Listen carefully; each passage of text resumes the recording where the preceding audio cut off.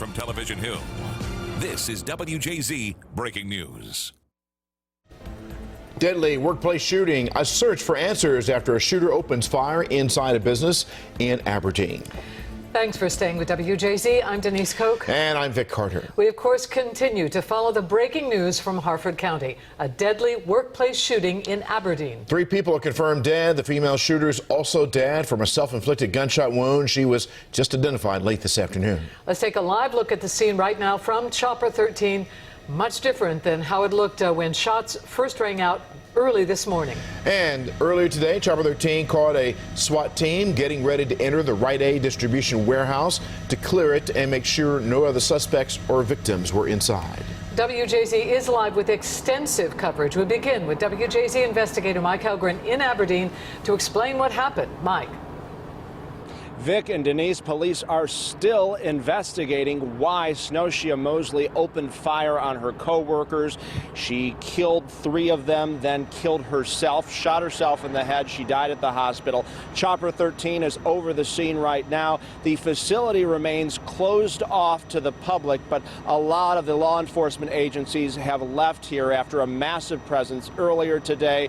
Ms. Mosley appears to have no prior criminal record. She did have some prior contact with police earlier this month for some traffic violations.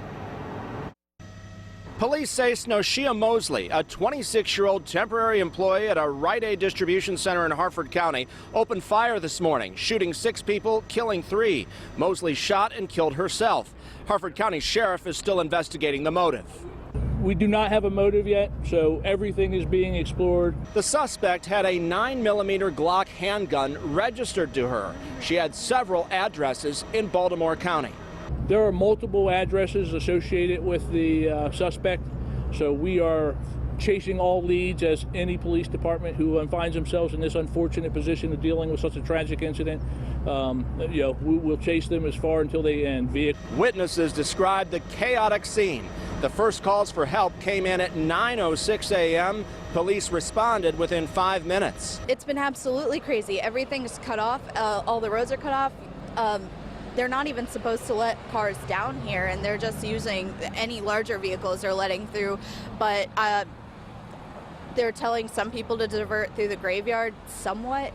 But there's so many cars that I think I counted at least 13 ambulances. Police evacuated the massive buildings and secured the scene while employees were reunited with their families. I cried for a while, and my mother, listening to my mother, so it was like, is my sister here or was she not? I can't get in touch with her on her phone. I can't get in touch with the warehouse workers, so the next thing to do is just ride out here and come get her. And that's what I did. I mean, we've seen too much of this. Yeah, too much, and it's just not enough love out here, if you ask me. I can't put my mind, I can't say why they think like that, but I'm just glad my sister was okay.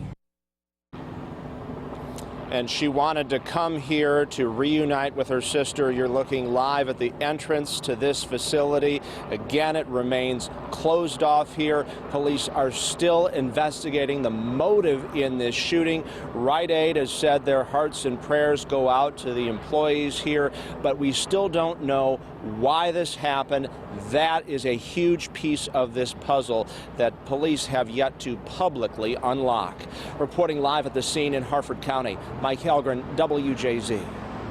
There was a massive police response to the scene this morning. Our live coverage continues now with Rick Ritter, also in Aberdeen, with more on the situation. Rick?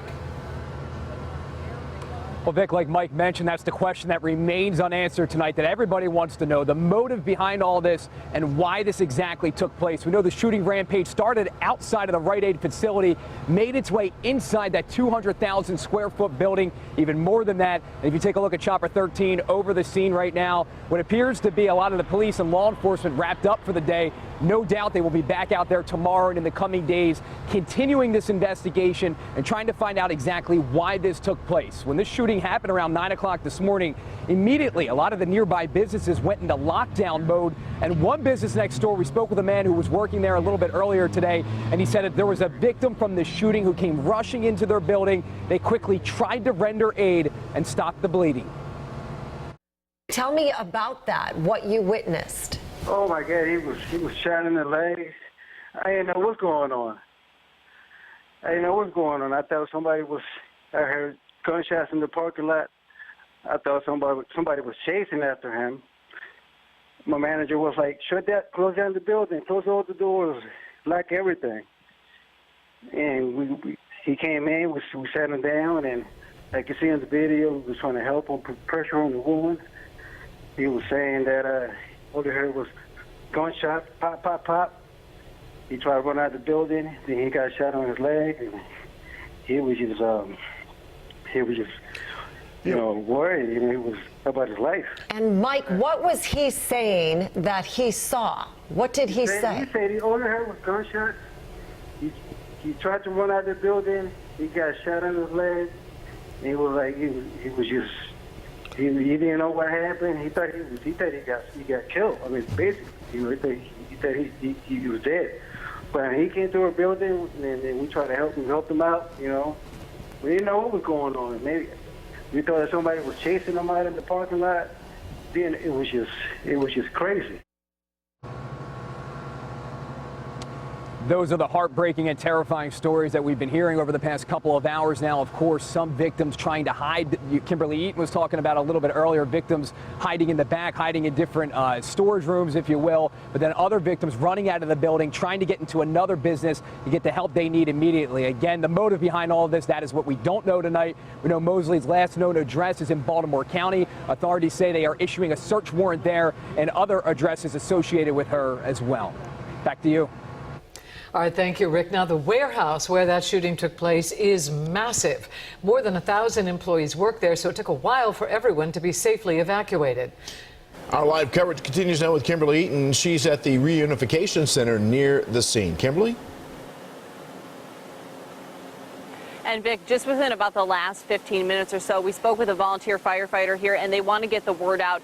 This is no longer a family reunification center. It is returning to service as a working fire department, no longer a family reunification center. So if you are still trying to connect with a family member or a loved one, look for that hotline number. That is on our website at WJZ.com. But before they shut this down as the center here, we spoke with one of the final families to come here and pick up, they're picking up their father. He's an employee at the Rite Aid Distribution Center. Listen to how he described the moments as this attack unfolded. And he started just run. People start just running, and they say there's a shooting there, and he just go back to the bathroom and go to the the last toilet and lock it himself. He put his legs up and just wait. He saw people laying down on the floor. Yeah, she's describing how he went to the bathroom and barricaded himself in a stall. He told us that once he heard the gunfire stop, that's when he was able to escape the building and eventually then many hours later reconnect with his family here. But again, I want to reiterate, this is no longer serving as a family reunification center. So if you are still looking for a family member or a loved one, the information for the hotline that the county has set up is on our website at WJZ.com. For now, back to you. All right, thank you, Kimberly. Also, the Harford County Sheriff's Office says that the reunification center, again, is closed. But if you are still looking for a loved one, information, you can go to the Southern Precinct, and they may have information as well. Absolutely. New details are emerging about the female suspect in this deadly workplace shooting.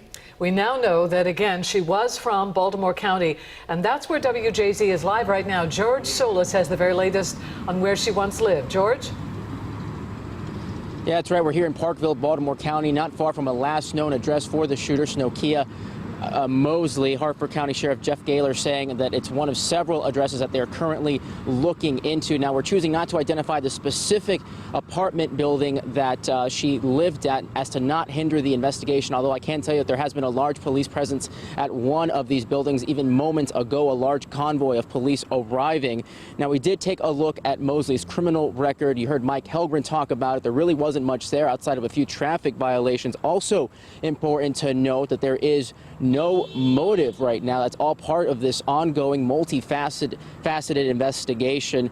Now, earlier, as again, you may have heard on our air, I was chatting with the daughter of a woman who you may have heard Her name was Alexi Sharman, whose mom was working at the distribution center. And I'm going to read for you just briefly some of that message that she sent to her daughter. She said, quote, "I love you both more than I will ever know. There's a shooter in the building. I am hiding. I love you." Just a terrible message to get. She is now home safe, and she really couldn't say much about Mosley other than she had just been working at that distribution center for a couple of weeks. She seemed nice and even had lunch with them a couple of times. But again, the shooter in this identified as 26-year-old Snokia Mosley, again here in Baltimore County at a last known address, one of several that police are now looking into. We will continue to stay on scene here and bring you updates as they become available. For now, we'll send it back to you. Thank you. 4 of the victims were transported by medevac to Hopkins Bayview here in Baltimore. And that's where Devin Bartolotta is. She's been there all afternoon, and she has more on that. Devin? That's right, Denise and Vic. Out of the 7 people who were shot, 4 of those people were brought here to Hopkins Bayview by ambulance this morning around 10 a.m., all of them with a single gunshot wound. They were in, 2 of those people are now in stable condition. They are doing well. They were able to talk to authorities today about what happened to them, and Hopkins says that they may be released soon, either today or sometime soon. The other 2 people were in critical condition, at least, and based on the number of the people who were killed that police are giving, one of those people who were in critical condition here may have died. Now, it is not confirmed where the shooter went after this shooting, but we do know that that person was taken to a hospital and later died. And the hospital did tell us today there was extra security here just as a precaution because they were not sure of the details of the incident at the time. They wanted to make sure that everything was safe for both patients and for the hospital. So, I mean, I think until we know the events and the motivations, it's always good to be cautious and have security for their safety and also for our hospital personnel's safety. So again, there are at least 3 people here recovering, 2 of them in stable condition and able to talk to police. But the hospital does say that they do not think that we're going to have many other updates from them, and any information coming forward is going to have to come from police. Back to you.